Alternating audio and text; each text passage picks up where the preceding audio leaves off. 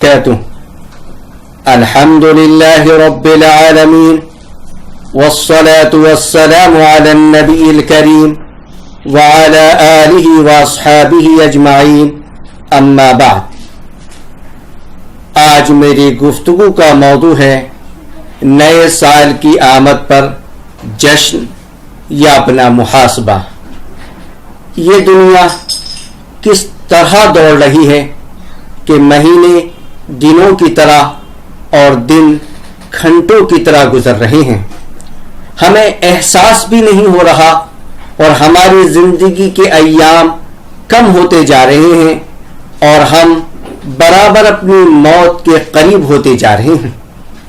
ہم اپنی دنیاوی زندگی میں ایسے مصروف اور منہمک ہیں کہ لگتا ہے کہ ہم اسی دنیا میں ہمیشہ ہمیش رہیں گے.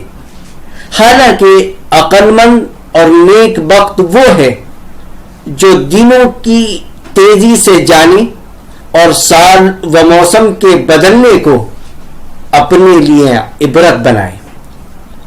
وقت کی قدر و قیمت سمجھے کہ وقت صرف اس کی وہ عمر ہے جو اس کے ہر سانس پر کم ہو رہی ہے اور اچھے اعمال کی طرف راغب ہو کر اپنے مولا کو راضی کرنے کی کوشش کریں.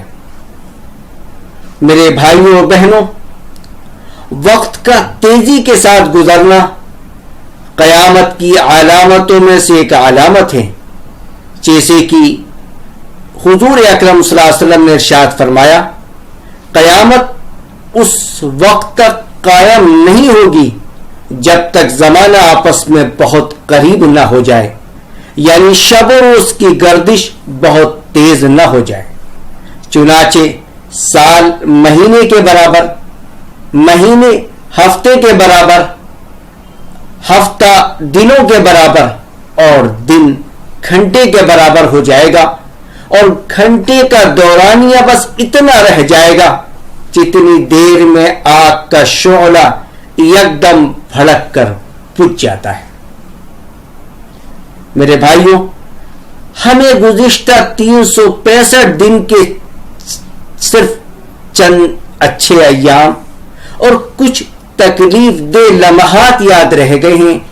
باقی ہم نے 365 دن اس طرح بھلا دیے کہ کچھ ہوا ہی نہیں.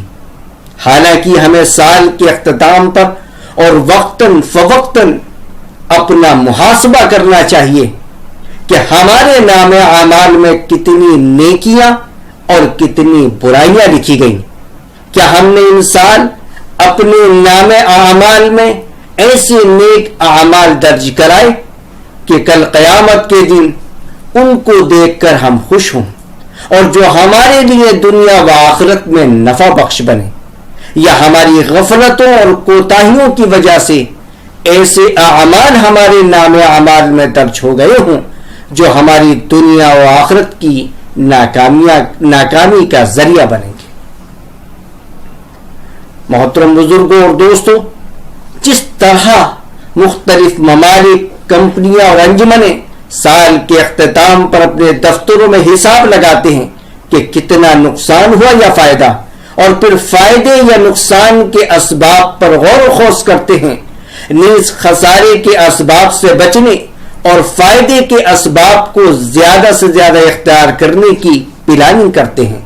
اسی طرح میرے دینی بھائیوں، آخرت کے تاجروں کو سال کے اختتام پر نیز وقتاً فوقتاً اپنی ذات کا محاسبہ کرتے رہنا چاہیے کہ کس طرح ہم دونوں جہاں میں کامیابی و کامرانی حاصل کرنے والے بنے، کس طرح ہمارا اور ہماری اولاد کا خاتمہ ایمان پر ہو، کس طرح ہماری اخروی زندگی کی پہلی منزل یعنی قبر جنت کا باغیچہ بنے.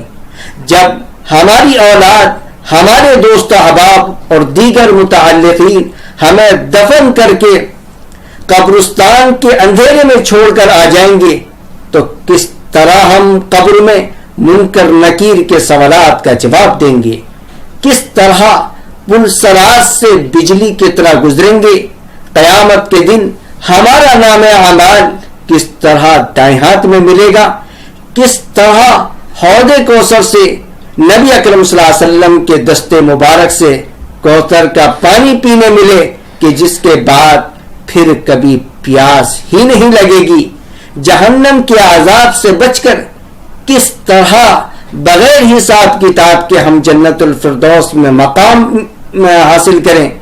آخرت کی کامیابی و کامرانی ہی اصل نفع ہے، جس کے لیے ہمیں ہر سال، ہر ماہ، ہر ہفتہ بلکہ ہر روز اپنا محاسبہ کرنا چاہیے۔ لہذا نماز و روزے کی پابندی کے ساتھ زکوٰۃ کے فرض ہونے پر اس کی ادائیگی کریں، قرآن کی تلاوت کا اہتمام کریں، صرف حلال روزی پر اکتفا کریں، وہ بظاہر کم ہی کیوں نہ ہو۔ بچوں کی دینی تعلیم و تربیت کی فکر و کوشش کریں، احکام الہی پر عمل کرنے کے ساتھ جن امور سے اللہ تعالی نے منع کیا ہے ان سے باز آئیں۔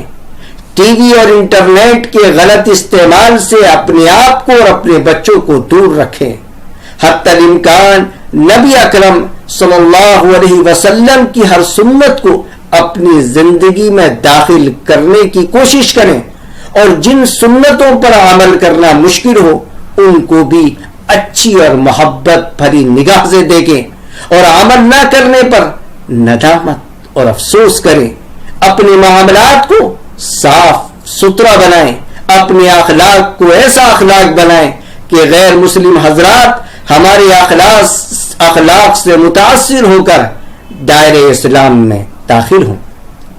خواتین و حضرات، ہیپی نیو ایئر کے نام سے جگہ جگہ پروگرام کیے جاتے ہیں اور ان میں بے تحاشا رقم خرچ کی جاتی ہے، حالانکہ اس رقم سے لوگوں کی فلاح و بہبود کے بڑے بڑے کام کیے جا سکتے ہیں۔